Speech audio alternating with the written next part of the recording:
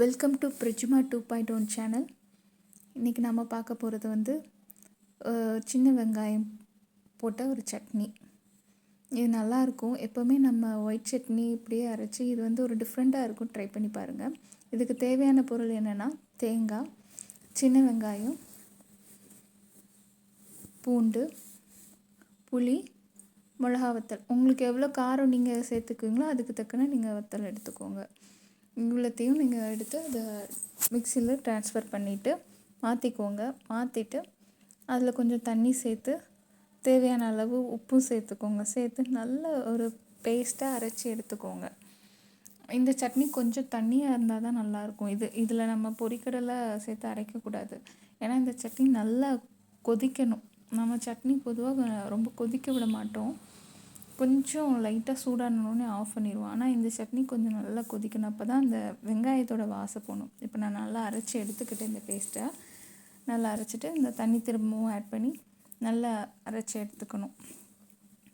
இன்னொரு பாத்திரத்தில் எண்ணெய் ஊற்றி எண்ணெய் காஞ்சதும் அதில் கடுகு போடணும். கடுகு போட்டோன்னே கடுகு பொரியட்டும். பொரிஞ்சோடனே நம்ம கருவேப்பிலை போட்டு தாளிக்க வேண்டியதான். தாளித்த உடனே நம்ம அரைச்சி வச்சுருக்க பேஸ்ட்டை நம்ம ஊற்றணும். ஏற்கனவே சொன்னேன், இது நல்லா கொதிக்கணும். கொஞ்சம் தண்ணி வந்து எக்ஸ்ட்ரா இதுக்கு ஊற்றணும். கொஞ்சம் தண்ணியாக இருந்தால் தான் நல்லாயிருக்கும். ஏன்னா நல்லா நம்ம கொதிக்க விட போகிறோம். அந்த இல்லாட்டி அந்த நம்ம சாப்பிட்றப்ப அந்த சின்ன வெங்காயத்தோட டேஸ்ட் வந்து கொஞ்சம் நாக்கில் ஒரு மாதிரி இருக்கும்.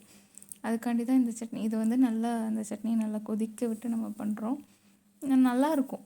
டிஃப்ரெண்ட்டாக இருக்கும், நல்லாவும் இருக்கும். நீங்கள் ட்ரை பண்ணி பாருங்கள்.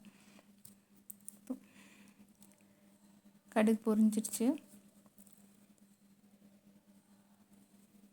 அடுத்து கருவேப்பிலை சேர்த்துக்கிறேன்னா கருவேப்பிலையும் தாளிஞ்ச உடனே நம்ம அரைச்சி வச்சுருக்க பேஸ்ட்டை இதில் கொட்டிக்க வேண்டியதான்.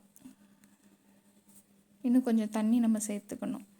நான் ஏற்கனவே சொன்ன மாதிரி இந்த சட்னி கொஞ்சம் தண்ணியாக இருந்தால் தான் நல்லாயிருக்கும். கட்டியாக வைக்கக்கூடாது. கட்டியாக வச்சா நல்லா இருக்காது. கொஞ்சம் தண்ணியாக வச்சு நல்லா கொதிக்க விடுங்க.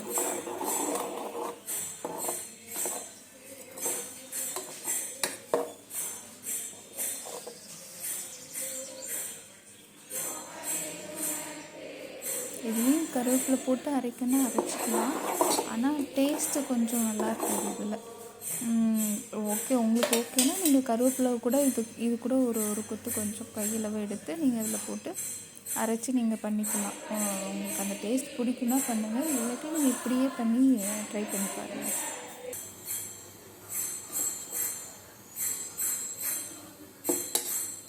சிம்லேயே வச்சுருங்க. சிம்லேயே இருந்து கொஞ்சம் நல்லா கொதிக்கணும்.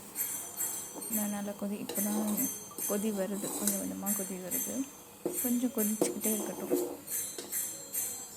அந்த வெங்காயத்தோட சின்ன வெங்காயம் போட்டிருக்கோம்ல, உள்ளியோட வாசனை போகிற அளவுக்கு கொஞ்சம் கொதி வரணும்.